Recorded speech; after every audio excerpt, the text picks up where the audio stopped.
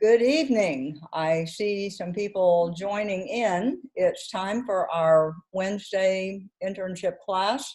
And one of the things that I want to talk about, it says we're supposed to be talking about 5 and 6, but we wanted to go back and do some things. First, I'd like to talk about 5 and 6, and then we'll go back and talk about some issues that I think people may still be having problems with. On task 5, this is where you're really doing the organizer. And those of you that have been using the organizer that we've highly recommended should be feeling pretty good about now, because all it means is not just go back and cut and paste and dump the whole thing together and make sure there's no space and they'll join together in big one long graphic organizer. That's not what you do. You go back and you think about all the data that you have collected and you look at those recommendations, and you may have some recommendations in one evidence that you've also made some recommendations that are like it in another. So where is the best place to put that? You have to decide based on your school and how important that is. If you have a major issue with something, it's more important probably where you put it. But if it's something that you're just sort of, well, I needed something here, so I put this in. But what's over here is really a much better approach. We thought about that later after we looked at this other data. Then you might want to make some adjustments. That's perfectly fine.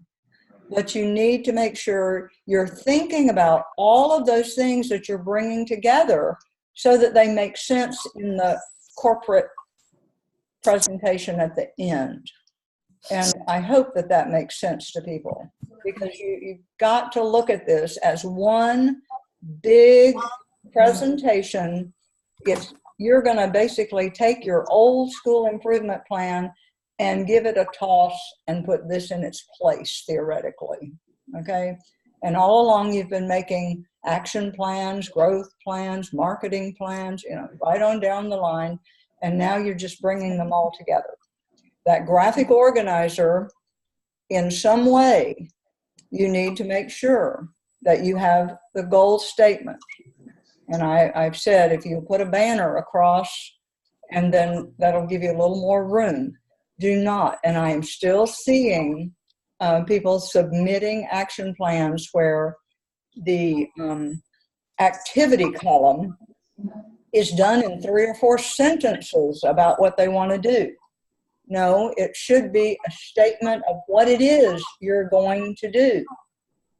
Are you going to initiate some program? Are you going to form committee for and just state what it is?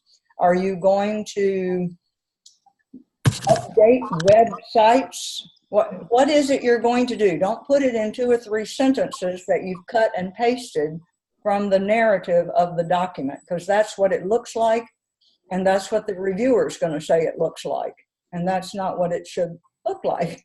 So take that for really an important piece. You need to make sure that you have the activity.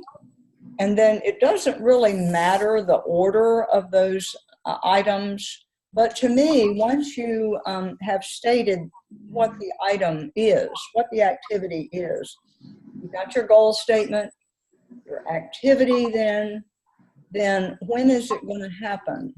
And please don't say ongoing for everyone. Now, maybe something is ongoing, but it should start at a certain time and then be ongoing. But if it's something that happens monthly, then say it's monthly. If it's that you're going to do training sessions for parents, training sessions for teachers, introduction of some concept for the student body, whatever it is, if you're doing it once, when are you going to do it? It's not going to be ongoing. You're not going to have the students sitting in the auditorium all year long listening to whatever it is. When is it going to happen? If you're doing information nights for parents. They're not ongoing. You're going to do them quarterly. You're going to do them annually. You're going to do them biannually. You're going to have a monthly, you know, when is it going to happen? Your PTA has a calendar. If you're doing it in conjunction with the PTA, you can put what the date is on there, you know. So this is what I mean by, some of them I've said, tighten up the timeline. Well, that's what I mean. Don't say August through June is when this is going to happen, because if you do, it won't happen, because schools are busy places. Okay, then who is responsible? What is, you know, who is taking charge? And it's not all teachers in every case. I see so many that say principal, teacher, counselors, curriculum facilitators. The next thing is, you know, principal, teachers, curriculum facilitators, you know. All of those people can't be responsible for all of your activities. Now, we know the principal is responsible for all activities. You know, you can call me on that. But the problem is, who is taking the leadership role in that activity? And we assume that the principal is monitoring them. There are exceptions. When you're talking about a principal setting up office hours to be open for conferences with teachers, well, of course it's the principal. He's got to be there. He's got to make the schedule. He's got to do the invitations. He's got to set up the process. So he is responsible for that. And it needs to be on there, even though we know he's responsible or she's responsible for everything going on in her building. So anyway, who is responsible? Try to be specific. Okay, then you've got this thing that's the important stuff in 4, the resources. Now, under resources, I suggested a couple of things. You can have a broad topic, broad heading, resources, then you can split it and do the human resources, fiscal resources, or what I think is easier is to put resources as the heading, and under that, for each one, put the human, colon, and what the human resource is for that activity, and the fiscal, colon, and what that is. That way you have a little more space and it doesn't look as crowded. It's more professional looking. So it's however you want to do it, but you need to have the human resources and the fiscal resources, okay? The assessment is exactly the same way. I've recommended that you do assessment, and under that, formative, colon, what it is, summative, colon, what it is. Because that way, if you do that same thing, after the evaluator has looked at the first one and really eyeballed the first one, they go, oh, I see how this is. Look at this. Okay, here's the assessment. Oh, they got it. And they're just going to keep right on moving. If you make them scramble through that paper, your organization is really taking a hit. So, you know, just try. It's not that I want you to do it a certain way for me. It's not about me. It really, I jokingly tell everybody, it's always about me. But it really isn't. It's about you, and it's about your presentation of professional self. So however you do it, make sure you have an assessment column and you've got that indicator of success column. And remember, the SMART goal needs to be aligned with the indicators of success. Okay, and everybody sort of understands that relationship. Okay, before we leave it, are there questions about the overall, when you get to 5, the graphic organizer, that is the school improvement plan for you, for your school, for the things you're responsible for, what questions do you have about that? Do we have to, like we did in the SIAP, explain everything that's in that graphic organizer, or is it simply just the graphic organizer in 5? Good question. I would say you do not want to do a dump. They do not need 50 pages of what you've already put. But I would say that since you have 4 graphic organizers that are being consolidated, you might write a short paragraph about each one and talking about what's in the organizer. There's that, it's not the whole big, bundle of wax, but it is telling them that after, you might do an introductory paragraph about the graphic organizer itself. What does it represent? It represents, the culmination of all of this work. And there are 4 major areas, and do a paragraph about each area. Not on and on and on, but nice coverage of what it is and the process you took to get there, and then do the organizer. And you might want to sum it up with a little paragraph at the end about presentation, to administration, and the fact that some of the things have already been approved for inclusion in the schools process, or the whole thing has been adopted. I've got a couple of schools that I really think the whole thing's going to find its way into the plan. But try to see this as this is the culminating activity. It's if you want to talk about it that way, it's the exam. It shows what you know from what you have done this whole semester. Okay. Questions about the format? That was a great question. So, Dr. Tillman. Yes. I know in task 4 is where we're focusing on the resources, right? The human, the fiscal. Yeah. Okay. We're going to talk about that in just a minute. When we first came on, I said I really want to do 5 and 6, and then we're going to go back because there's a lot of questions. My question's about 5. I was just. Oh, okay. So do we need to have, and I know you were just talking about the columns, I just wanted to clarify, we still, even though 4 is going to be about the budget and the human and the fiscal, we still need a column in 5 that repeats that information? Absolutely, and it needs to be there for everything in there. Okay. Yeah. And all along I've been saying, it doesn't say you have to do this, but eventually you're going to need it. So fill it in. So, and I think a lot of you did. A lot of you have done a lot of this work already. And that's why I hope when you get to 5 and 6, you go, oh my goodness, this is a downhill slide. I'm done.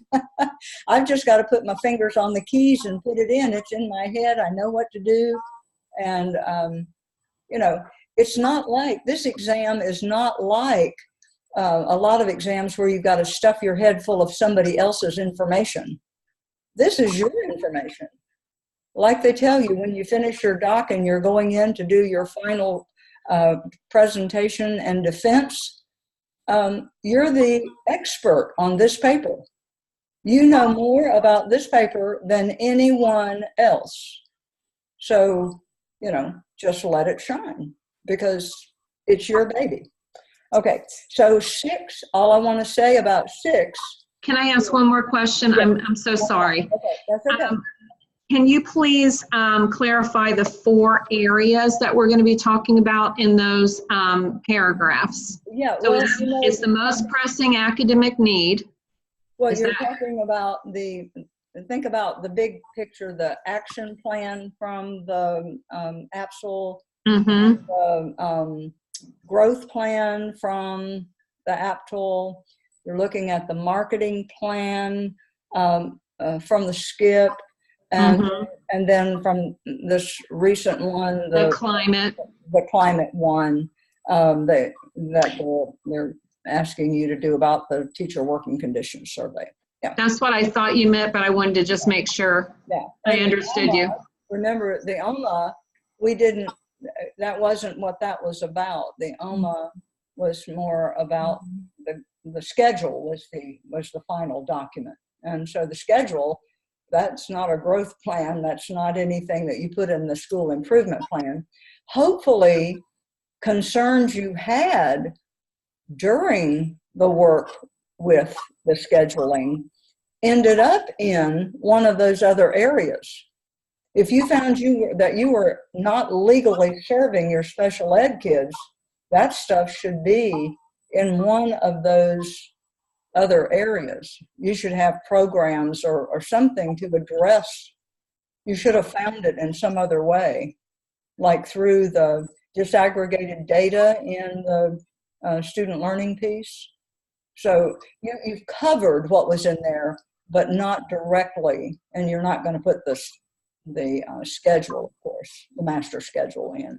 Yeah, okay. So I didn't mean to cut us off short with 5. Any other on 5?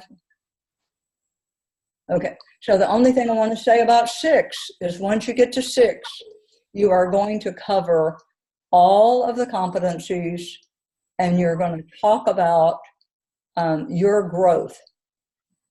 How have you grown in that? It's a self-assessment piece, and it's a reflection to talk about how you have developed. And as I have said several times before, if you do a good job with this, it's the best review I think you can do for interviewing and talking about your skills, your knowledge, your skills, and your dispositions to be a school leader. Because if you take each one of those and talk about, one example of something that you have done that you feel is the best thing that you did based on your work in this entire program. It's not just about this, the school improvement piece. It is about the entire program and your development from day 1 until August 3rd, okay? Except you're going to have to do it a little earlier than that because it's due on the 28th. Okay, so is that any questions about 6? Okay, now we're bouncing back to 5. And the first thing I want to say about 5 is that I had some real concerns. Actually, it was in 3, because 3 says that you're supposed to, what did it say? That you're supposed to use the skip 1 and then 2, but the only thing you're using from that skip 2 is the format. Because I actually finally broke down, you know how sometimes you just have to go back and ask the teacher, what did you mean by this? Because it doesn't make sense to me. And so what we came to discover was that we were looking and saying, oh my gosh, we're going to use, why would we put the resources in 3 and then have a resources task in 4? Well, the only thing about the resources that I wanted to make sure was that we were going to use the format that was recommended in that piece. And if you'll remember, you only were asked to do the physical and human resources. And I think you were also asked to put the actual goal and the goal, the activity, and the resources, both physical and human. So instead of, you're not going to just dump the whole plan in and have the resources, because that's actually 5. The only thing you need to do, and if you have done your work diligently, you probably have almost all of this. I would almost just take those plans, put them together, delete what's in the columns that you don't need, look at it carefully and make sure it says what you want it to say, and go with it, because you're going to turn right around and populate your final graphic organizer with exactly what you have in 3. Now, I think that the reason that 3 has that in there also is that you didn't, some of you may not have put that information in a lot of the work that you did because it wasn't required. The only one that, where it was required, you did it. And you had some of you just did the columns that you were required to do. You put the goal, you put the activity, and you put the resources. And that's the format he's talking about. Use the same format when you do 4. And then when you get to 5, you're going to have the full-blown project done. Okay. Now in 4, let's see if I have any other notes here. Dr. Tillman? An organizer, it's also got to have a narrative. Make sure you have a narrative in each one of these pieces. Yeah. Yes. Yes. You had said task 3, and then you mentioned where he's got in there skip task 2, but then you just said task 4. So were we talking about where he's got skip task 2? You're saying just use the format of that, nothing else, for task 3? Yes. Yes. Okay. Yes. Sorry, I got confused there for a second. I wanted to clarify. And the thing is, in task 3, the reason I think he plugged in format was that in task 3, that's where you put all of the recommendations. Right. Okay. So when you start listing those recommendations, you've got to have the recommendations listed, whether you put who's doing it or any of that. You've got to have the recommendations in order to put the resources. You've got to have some structured way of doing that. And so I think that he was just trying to make it easier, and I think it was maybe a little confusing.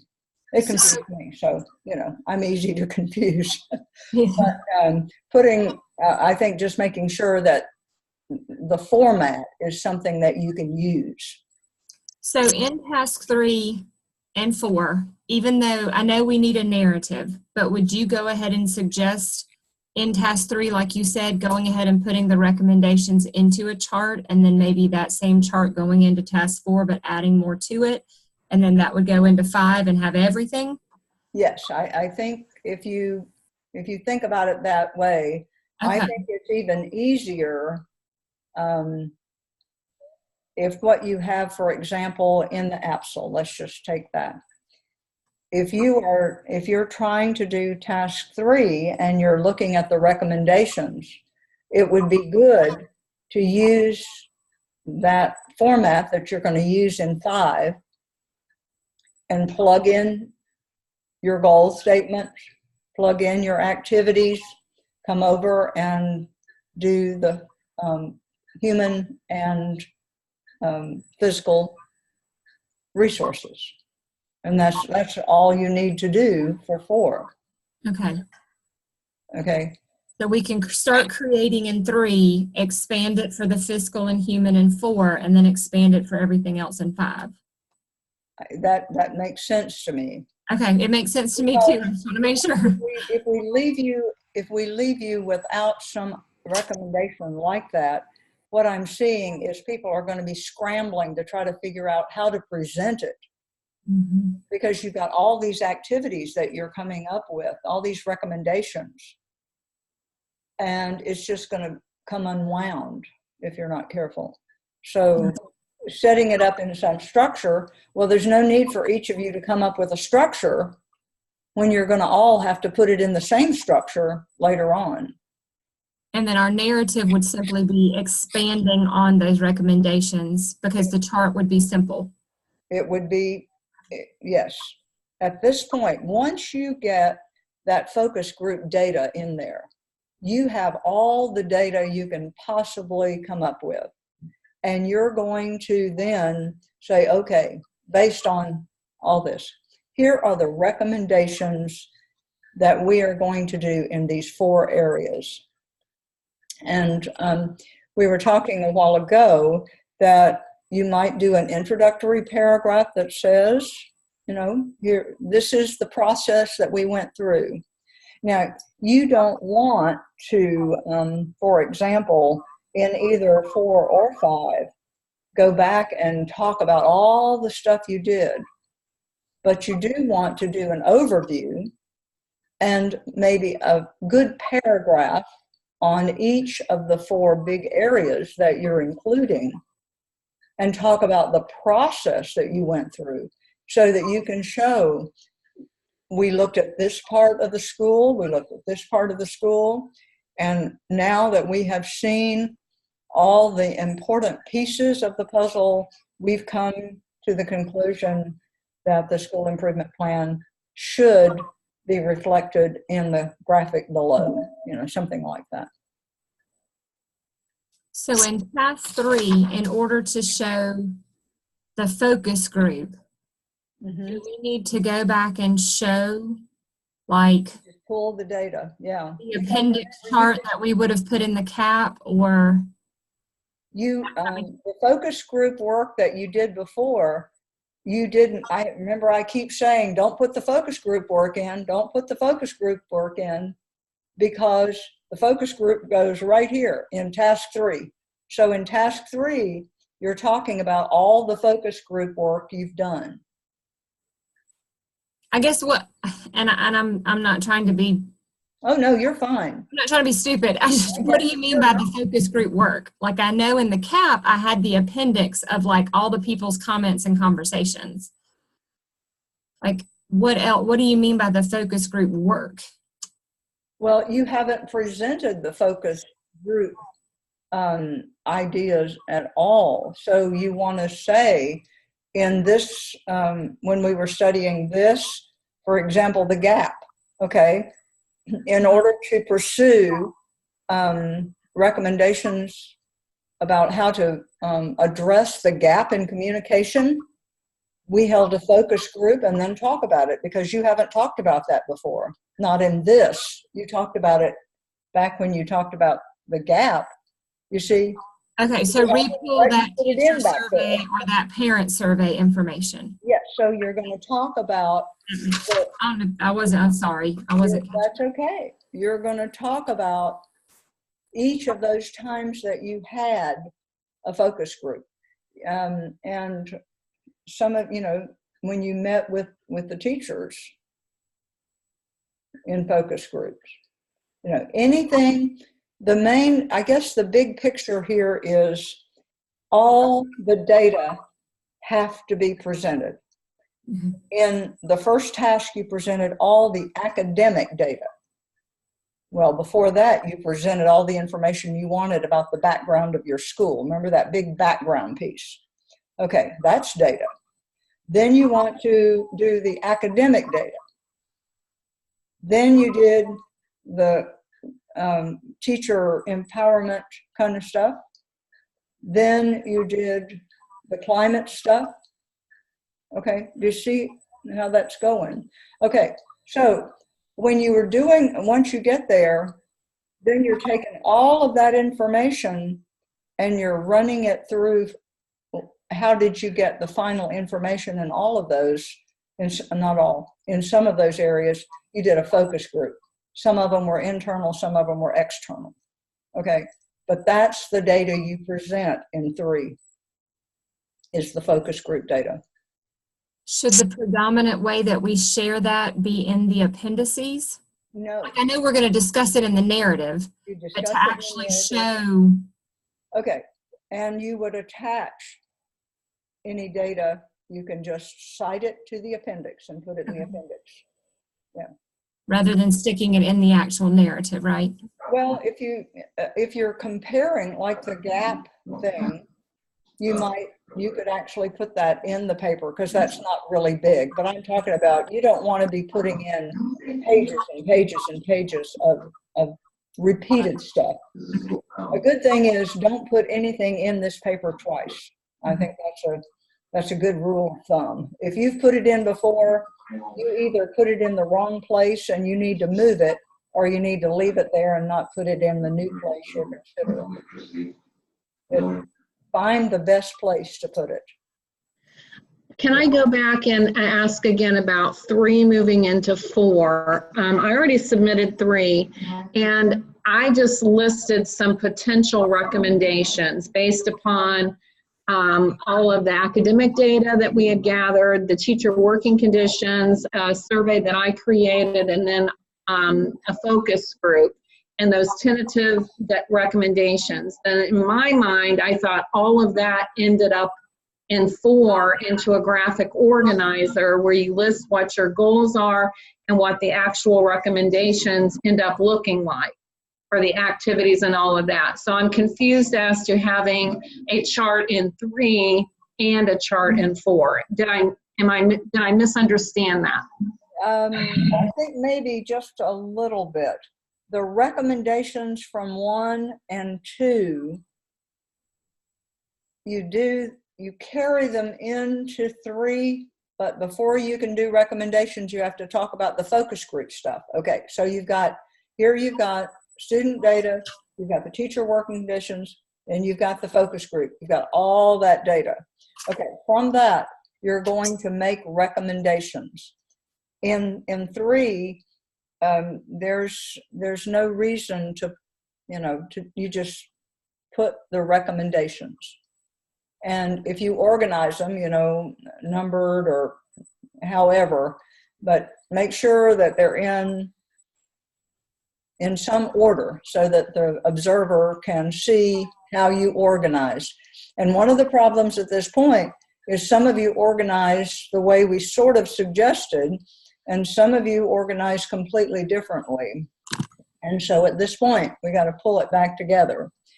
But I think everybody that I see here, I think has done it pretty much according to the way we asked. So I think you're all pretty good shape. So Okay. Dr. Tillman, when you say organize it in some kind of way, is that the chart that it needs to be in? Yes. But I had people that didn't use the chart. They used some other programs that did things completely differently. And that's fine because they were trying out different ways of organizing and presenting stuff. And that's fine. That was not a problem. It's just they did it understanding they were going to have to pull it back together because this is what the guys and gals are looking for in evaluation. Okay, so you have the recommendations at the end of 3. It's at the end of 3, you haven't talked about resources, so you just have those recommendations. You get to 4, and you need to somehow organize so that you can define the resources for each of those activities. And so the recommendation is that you use the format that was suggested in SIAP 2, right? SIAP 2. Well, basically that was just, goal statements with activities and I think he did ask for the timeline then also.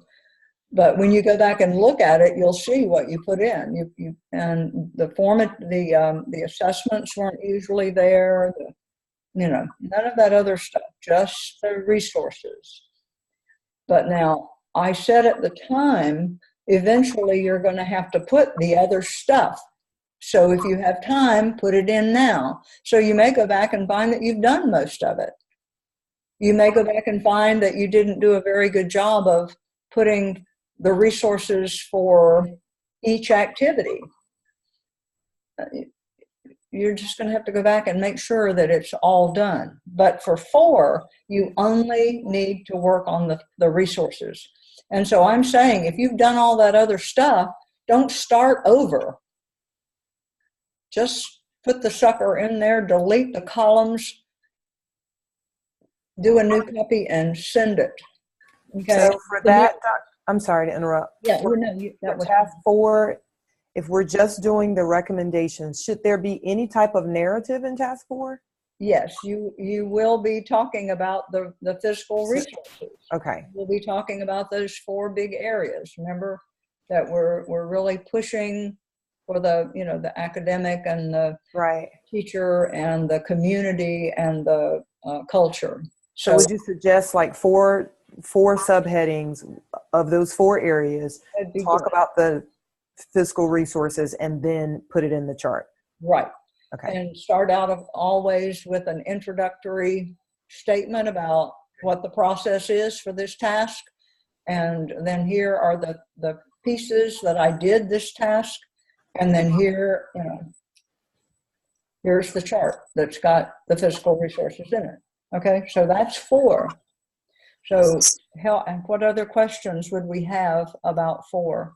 As we talk about these 4 areas, are we referring to them as APSL, APTEL, SCIP, and we're not, right? We're referring to them as student, That is a teacher. good question, because I'm still finding papers that refer to these as the wrong thing. Right. Well, that's what I thought we were taking those out. So as we refer to them, we would refer to them as student focus, teacher focus.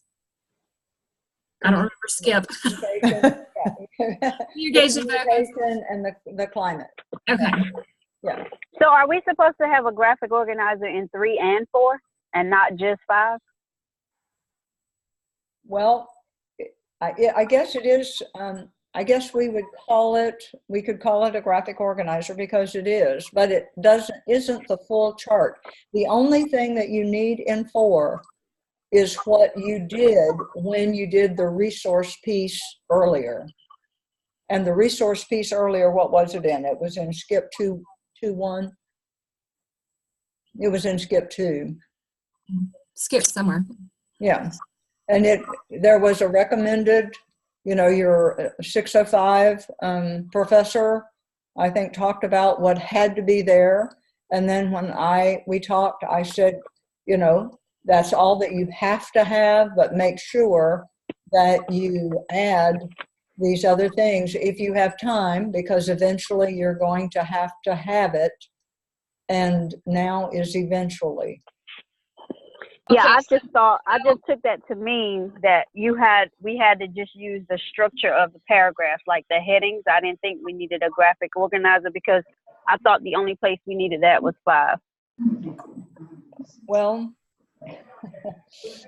I asked, and Dr. Lamb said, use the format only. So the format is a chart. How about if we call it a table? Make a table and just put those headings on the table. And you can pull that information out of the action plan, the growth plan, the marketing plan, and the climate plan. Does that help? And Dr. Tillman, I know we only have to have resources, but I'm hearing you say it's probably better if we use the chart that you were talking to us about in 5, where it has the goal, activity, timeline, resources, assessment, indicate, because we'll have to end up doing that anyway. Yes. So you're recommending that we go ahead and fill those columns in, because we'll have to, no? No, I wouldn't muddy the water by filling them in now. Okay. That's why I said I would, if you've got it filled in, I'd almost turn off the recording. I would put it in there. I would delete the columns that aren't needed. Okay. Make it look like a table. Okay. I would write a nice narrative, and Okay. I would bring that sucker through. Okay, and then save whatever we deleted, because we're moving it on to 5. Don't save it. You're just going to make a copy of it. Yeah. Rename the copy right quick so you don't delete it. Gotcha. You're going to knock out the columns not needed. You're going to save it as task 4. Gotcha. Never the two shall meet again. Gotcha. And, and anything that you've changed, when you find out, hey, I changed this, I deleted that, whatever, you're going to have some things that are going to change, maybe some things that need to be added. But basically, you'll have the chart, you'll have the activities pretty much, you'll have to go through and edit them. I mean, you're going to have a whole lot of the information there already. Okay. So I would leave it. Okay, I think I see where you're going with it. I would go back and I would look at SCIP 2 and I would see what I did there and how I set that up. And that's basically what you need. And the easiest way to get it is what you need to do. If setting it up new is easier, set it up new. If it's not going to be changing a lot and you think, oh, I really like what I did, I go back and pull those 4 plans and I would massage them until I had what I needed. That'll be a lot faster than trying to develop it from scratch, because you already have most of that information. From here on out, it is easy as you go to get it done. I mean, it's gotta have meat. You've got to have the stuff, but how you massage the stuff is up to you. So in task 4, do we need to get as specific as it's going to be this much price for paper, this much price if we paid the teachers like we did in the skip, or is this more realistic in terms of what actually needs to be paid for? Well, I think it's sort of in between. If you're saying, I've had a couple of people that I have said to them, this is really, unless your PTA has more money than most PTAs, everything in their plan was the PTA is going to pay for it, the PTA is going to pay for it. Well, the PTA is not going to pay for it. I mean, I had a really good PTA, but there was an end. I never reached it, but I knew there was one. And I didn't ask for things that I knew they couldn't afford. So it's going to be, putting in realistic, let's say that. Yeah. Because I mean, in the skip, I think it was, we had to put in, we would pay teachers this much per hour. Well, we're not really paying them because it's their job. So I didn't know if we needed to get that specific or if we kept this reality. No, I think we're looking at the reality. Okay. But you don't want to say the teachers are going to volunteer to do this over and over and over and over, because you don't have that many teachers that are willing to volunteer. And the NCAE and the SCAE will be after us for abusing our teachers, requiring them to volunteer. Can't require people to volunteer. Okay, so are we feeling better about 3? I'm just wanting to make sure that you feel okay about it.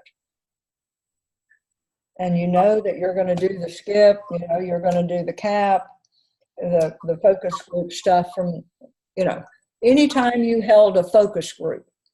And I'm going to say one more time that if you did not hold a focus group and you interviewed or you sent out surveys, hopefully the survey said, tell us what you think. Okay. If you did that, take the questions that you asked that said rank 1 to 5, which is much better than those of you that said say yes or no to these questions, and they turned out to be very leading questions, and so all your data looks like everything's fine now, which is a real problem. The 1 to 5 data, you can use that as the survey data. The comments made on the survey, or any comments made to you, you can count as the interviews or focus group. But you need to use the terminology of focus group, because what you're trying to do, and if you look, when I was trying to help somebody else get around this issue, I looked it up, and I think for you, it says maybe 5 to 7 people or 5 to 8 people. I always said a focus group was an uneven number. And so 5 to 9, 5 to 11, 5 to, whatever. It's a small group. So if you only have a small group, that's not wrong, but you still would need to do the statistics on it. Don't just say 5 of the 7, or 2 of the 10. Give the percentage just like it is in the original data. So you're comparing this percentage and this percentage to come up with, is it still a problem or is it worse? Okay, do you see how that works? If you have to do, if it says focus group, they're expecting some focus group information, and that's the only way I know for you to get it. Now, if we have focused our recommendations in task 3. Focus them to specifically what is realistic, what is doable, what is valid for the 4 areas based on all the recommendations we've given.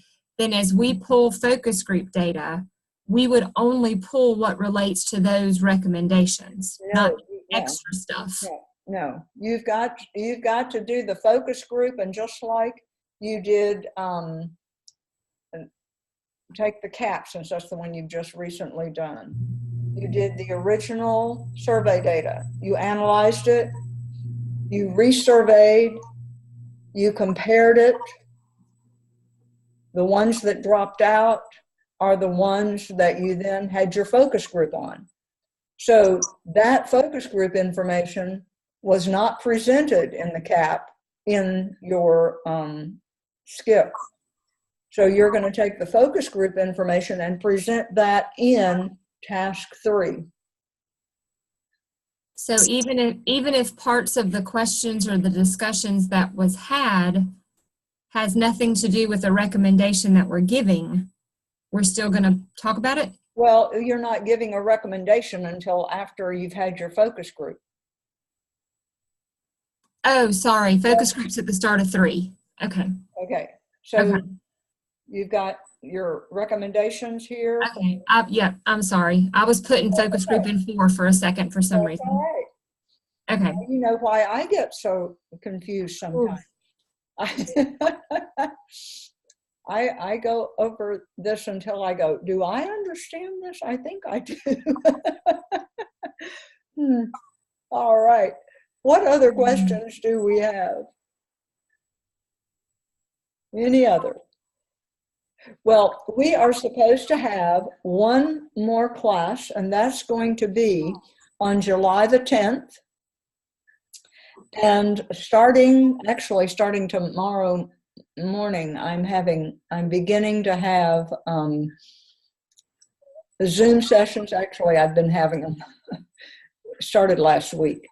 I'm individual Zoom conferences with people, and I would say if you have not finished the CAP, you are my first priority, because we need to get that finished up. And here's what I do. And we set up a time. If you're on the SCIP, I'm only going to give you an hour. On the SIAP, only an hour. But if you're on the CAP, an hour and a half I'm setting aside for those people that have not finished. And what we're doing is we're taking all of the papers that you've written up to this point. We're going back to the beginning. We're looking at the paper while we are looking at the paper, literally. And we are having you type in some other color our conversation about what needs to happen to the paper, section by section by section. And then we go to the next paper and see how what you just did impacts the next paper. And by the time I got through an hour and a half with people, they pretty much had rewritten what they were doing, or at least they knew how to rewrite what they were doing, and they knew what they needed to get and where to get it. That's all I know to do to try to get everybody through the door. And so if you are, and I think most of you that are here are not in that case, but if you have not finished the CAP, I'm almost begging you, please contact me and let's set up a Zoom session. I am not going to have office hours after the final office hours are going to be, that week of the 7th, the 7/10. And after that, I'm available anytime you can nail down a time with me. I'll try to be as open as I can. I'll try to meet every day of the week I can. I do have appointments. I have other things I have on the schedule, but I will work around your schedule to give you an hour and a half if you're on the CAP. And if you're on the SIAP, an hour should do it. To go through the paper, make sure that we are on the same page, because a lot of you are doing things very differently, but they're okay. As long as it's there, that's the main thing. So Are there questions about that? I have a couple questions about task 2. Okay. I don't know if everybody else, I know there's a lot of people that are past task 2, so I didn't. Well, there are not too many. Actually, there are not. And if you're on task 2, you are fine. So do not just get rid of those butterflies and say, I'm flying fine. Because by the time you get to 4, you're done. I mean, you're not done, but. Right, I get you. Yeah. Well, three and 4, now granted I haven't started them, 3 and 4 makes sense. Like 3 and 4, I understand what I'm supposed to do, how it's, I really don't love, as an English teacher, the whole let's copy, paste, and tweak. Let me just write fresh. Let me just start fresh. So task 2, I don't get my purpose in task 2 other than I feel like I'm just repeating what I just did. Like even as I look at the rubric, I don't get my purpose. Like I finally got my purpose of task 1. I feel like what I did works and I submitted it yesterday, but I just don't get task 2 other than just repeating what we just did. Well, I think the hard part for people in task 2 was, what was it? It was where you had to look at the 5 areas through the lens of the local school and the parent stuff, and I think that was really difficult. But if you in task 2, just keep your mind on those 5 areas. The 5 areas are the key.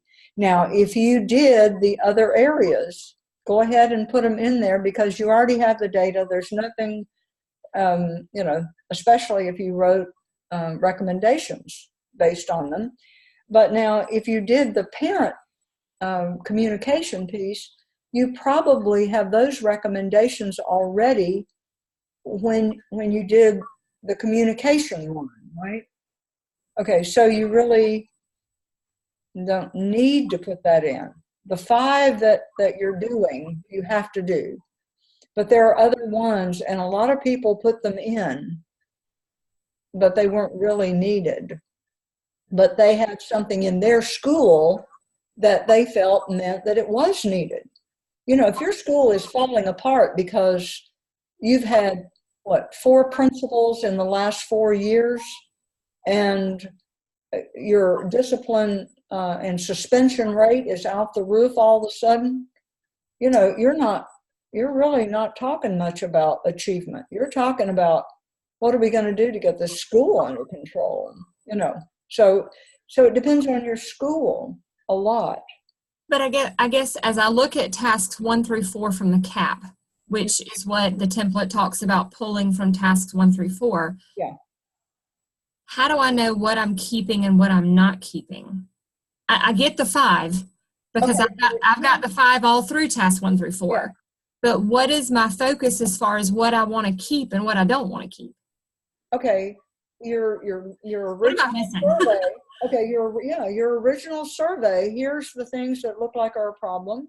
Then you resurveyed, and either they're still a problem, they're not a problem, or they're a problem and also something else came up. Okay, so you're deciding, you're using the resurvey data to see if that's still a problem, because the original survey was last year. And I don't remember who, but somebody has a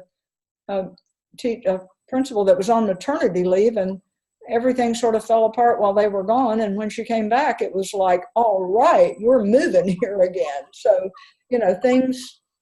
the resurvey just really bounced a lot of things off the radar. But that's not usually what happens. Usually it's sort of the same thing. Now, I will say that some of you had a survey where almost every person filled out the original survey, and then you resurveyed with your best friends who would fill the survey out for you, and everything came up peaches and cream. Now, in that case, you're going to have to be the participant observer, and you're going to have to say, these people I have to say that these people have a very bright view, and as the participant observer, I don't think that this problem has been fixed and you just hang on to what you had originally.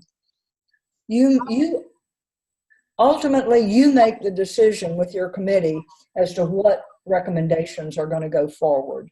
But you're not making recommendations into, you're just setting the scene for the recommendations, because you still got to get that focus group data before you make final decisions. Now, somebody asked me, I think it was before we started recording, if you had some recommendations in there, you can say tentatively the group feels that these would be the recommendations. You can do that if you feel more comfortable having that piece in there. But you need to make it tentative, because you don't want to make final decisions and then have the focus group meet and tell you something different. You should make your final decisions after the focus group.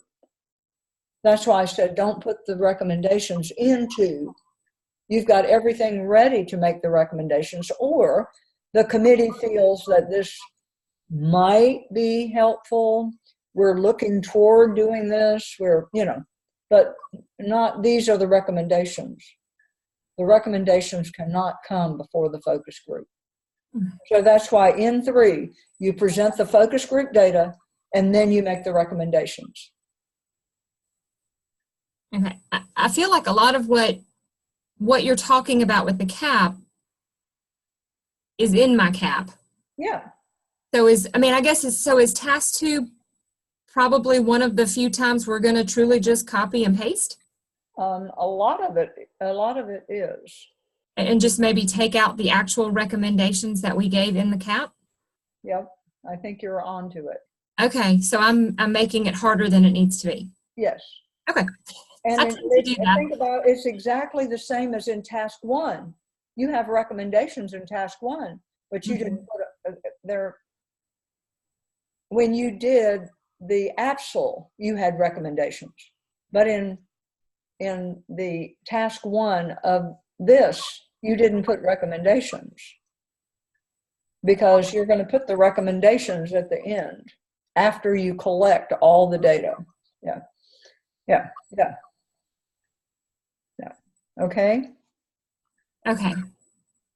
I guess I felt like I needed to take the CAP somewhere or do something different in 2, but it's truly just pulling what we just did in the CAP and just re-putting it in. It's just like you did in the first one with the student data. This is the student data. This is the teacher working conditions data. This is, okay. Yeah. Okay. Yeah. I think you got it. I think. You do. And if you don't, guess what? Just ask me. Yeah, please. Well, I ended up tweaking task 1 more than I thought I would, because my original APSL, I didn't have the EBOS data, so I had to put all that in. I had it somewhere else. I just didn't have it in the APSL. And then, I tweaked it more than I tweaked it. So I was trying to figure out how to tweak task 2, but I don't know that it's going to need it as much as it did. Well, I think the more you did each task as we anticipated, the less you have to do, the less you're tweaking it now, except you're really leaving out stuff because it goes later. Right. Because instead of the APSL being its total self, you're just using the data from these pieces, and then you're completing the task at the very end, and it's a bigger task because it's from all 4 areas. Okay. Yeah. All right. Any other questions? And if you would like to make a conference, make sure that you give me an email, and I will turn around and give you some times, and we'll just work out a time that's good for us. I would say I've had a couple of people concerned about task stream. I am not, task stream. I am not going on task stream and working with competencies because that's not on the radar right now. Radar, you know, is really focused on getting these big tasks done, because once you get through with the action plan here at the end with the graphic organizer and get your task 6 done, then you can go and focus on that. That doesn't mean don't do it. It just means let's get the big part done, and then we can do task stream. So if I'm not making comments on your submissions, that doesn't mean I'm not going to. It just means I'm working on other things, because these are taking a long time. Okay. Okay. Patience is abounding. We're being patient both ways here, hopefully. Okay. And Ms. Holland, I think we had an appointment. And if there's no other questions, you can sign off, and I will stop recording, and I will see you later, and I look forward to hearing from you. Just let me know what I can do. Bye-bye.